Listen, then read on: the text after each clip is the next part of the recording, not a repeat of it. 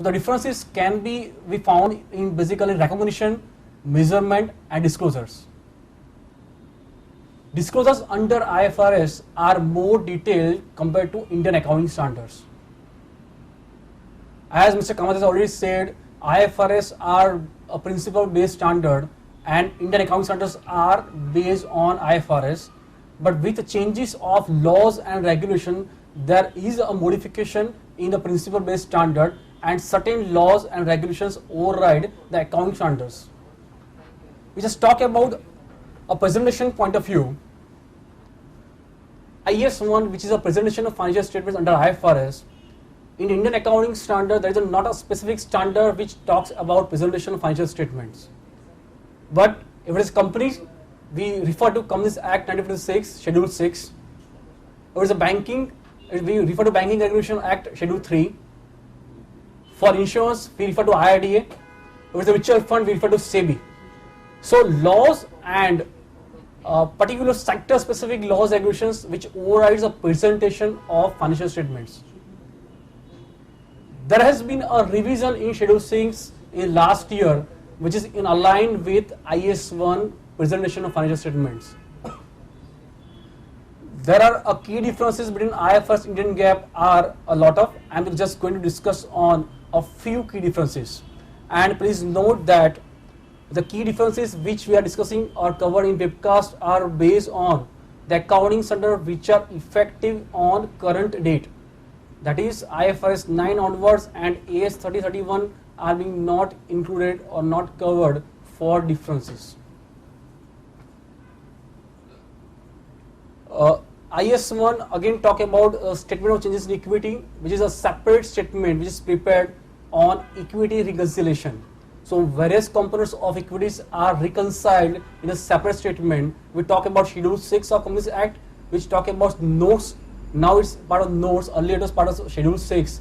Now it is part of notes, where we discuss about the movement of reserves are covered under notes on accounts. Proposed dividend, which is covered under IS 10 and under Indian accounting standard is covered under AS 4. Paragraph 14 of AS 4 states that the proposed dividend, even if it's declared after financial statements, it need to be provided, which is a difference compared to IFRS, where it says that it's a non-adjusting events because condition was not existing as on reporting date. So it's a difference which we need to consider. Next difference is on about segment reporting. Under IFRS, there is IFRS 8 segment reporting, which talks about a CODM approach, Chief Operating Decision Makers approach. When we talk about Indian accounting standards, it says that there are segments are determined based on a business segment and a geographical segments based on the risk and reward categories, where the internal financial reporting standard is an initial step. But under IFRS, one need to consider the way the chief operating decision makers look at the structure for MIS purpose. Even for measurement point of view, one need to refer to the measurement which is adopted by CODM. While under Indian GAAP, the measurement is the same which is used for the preparing financial statements. While under IFRS, the measurement basis which is used for segment reporting can be different.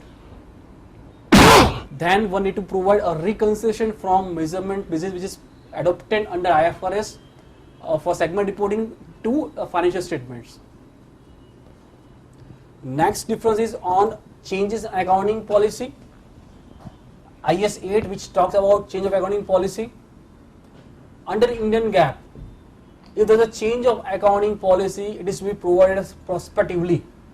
There is no restatement is required. Under IFRS, IS 8 talks about a restatement of the financials and opening retained earning need to be adjusted. Next is on correction of errors. Under Indian accounting standards, for prior period errors, as we all are aware, there is no restatement is required. A separate disclosures of prior period errors is suffice. Under IFRS, we need to restate the prior period errors requirement. Now we just go through the control a business combination, the standard, and also we go through about the consolidation standard. We talk about IS 27, which is just recently revised, and IFRS 10, which is on consolidated financial statement, which is going to be effective from 1st January 2013. So I'm going to discuss about IS 27, which is applicable effective today. Control as per Indian GAAP, it is control when there are two conditions. One is that owners directly or indirectly having one half, so 50% or more of voting power, one, or two, it controls composition of board of directors. So there is a possibility that one particular company is being controlled by more than one company, because it talks about anyone which is fulfilling this criteria is controlling.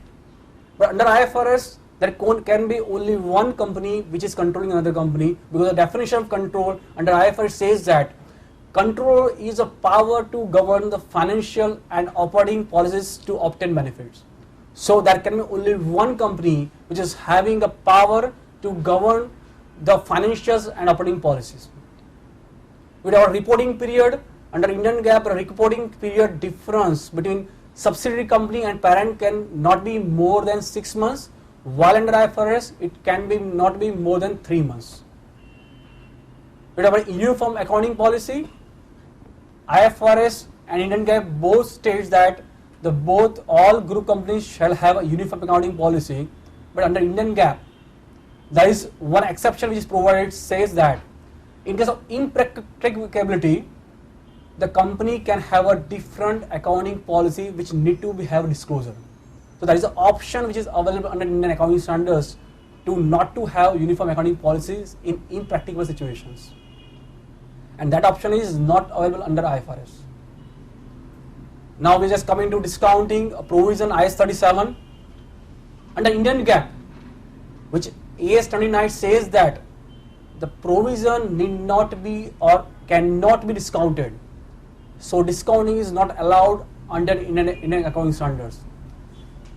But when we talk about IFRS, it says that when the time value of money is material, provision is to be discounted.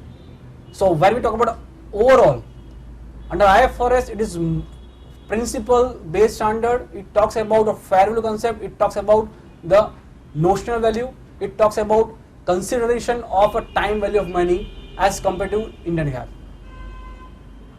Next slide is about contingent assets. Under IS 37, contingent assets is to be disclosed where the economic benefits are probable. But under Indian GAAP, contingent assets need not be disclosed. You have a constructive obligation which is discussed under IS 37, but when we talk about a corresponding standard under Indian GAAP, that is AS 29, which says that present obligation is to be provided for. It doesn't talk about a constructive obligation, while under IFRS is talk about constructive obligation. So wherever the company has raised a valid expectation and wherever there is constructive obligations which need to be provided as per IS 37. And we talk about PPE, property, plant, equipment differences. The very important difference is about componentization. Under Indian GAAP, the componentization, that is each separate part of item of PPE shall be depreciated separately, which is recommended but it is not compulsory as per Indian accounting standard IS 10. But when we talk about IFRS IS 16, paragraph 43 of IS 16 says that each major part of item of PPE having a different useful life and significant in value shall be depreciated separately. So the component accounting approach is being introduced and which is compulsory under IFRS. And when the Sanjay talks about industry challenges, I hope that he is going to discuss on this component accounting approach, which is a very important for industry when they adopt IFRS. IS 16, depreciation on PPE assets. We talk about Companies Act 1956, it provides Schedule 14, which provides the minimum rate of depreciations which is to be charged for depreciation. under IFRS, it says that about useful life concept. So there is no fixed depreciation rate. It says that you have to provide depreciation over a useful life of assets plus periodic review of useful life, depreciation method, and residual value is compulsory under IFRS, which is not compulsory under Indian GAAP. If you talk about major inspection and overall charges, under Indian GAAP, generally it is being expense of, because under Indian GAAP accounting standard, expenditure which increase the future economic benefit only can be capitalized. So generally these major inspection and overall charges are being expense of under Indian accounting standards. While we talk about IFRS, it says that it need to be capitalized as a separate component. We talk about financial instrument IS 32-39, and as AS 30-31 is not compulsory to be adopted. Under Indian GAAP, investments are being classified into two portions. One is long-term investment, second is a current investment. Long-term investments to be measured at cost less impairment if it is other than temporary. Current investment is to measure at lower of cost and fair value. We talk about IFRS, IS 30-39, which talks about measurement of this classification of financial assets. It says that financial assets are classified into four parts. One is LR, loans and receivables. Second is FVTPL, fair value through P&L account.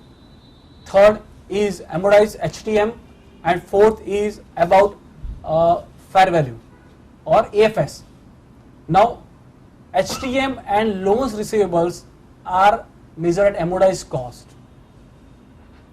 AFS investments are measured at fair value, and the change in fair value go to OCI, other comprehensive income. While when we talk about FVTPL, that is fair value through P&L account, change in fair value go to profit loss account. Same way, if you talk about financial liability, in financial liability classifications, there is not a specific guidance with respect to classification based on legal form rather than substance. So that means the preference shares are classified as equity, but we talk about the IFRS, it is a mandatory redeemable preference shares, it is to be classified as liability, because for IFRS we also consider the contractual obligation in addition to legal obligation. So when we talk about substance over form, mandatory redeemable preference shares are a form of liability rather than equity. Now we talk about income taxes, deferred income tax. Under Indian accounting standard ES 12, it provides or it follows a profit and loss approach. That means we just compare accounting income with the income as per taxable income. So the reconciliation between accounting income with the tax income, and with this reconciliation we identify which are the permanent differences and which are the temporary differences. Temporary differences we provide or we create a deferred tax asset or liability, whereas permanent differences are ignored. When we talk about IFRS, it talks about balance sheet approach. In balance sheet approach, we considered the tax base of assets and liability. The tax base of assets and liabilities is compared with carrying amount of asset and liability. So under IFRS, we just talk about balance sheet. Compare balance sheet assets with tax base of assets, compare tax base of liability with the balance sheet liability.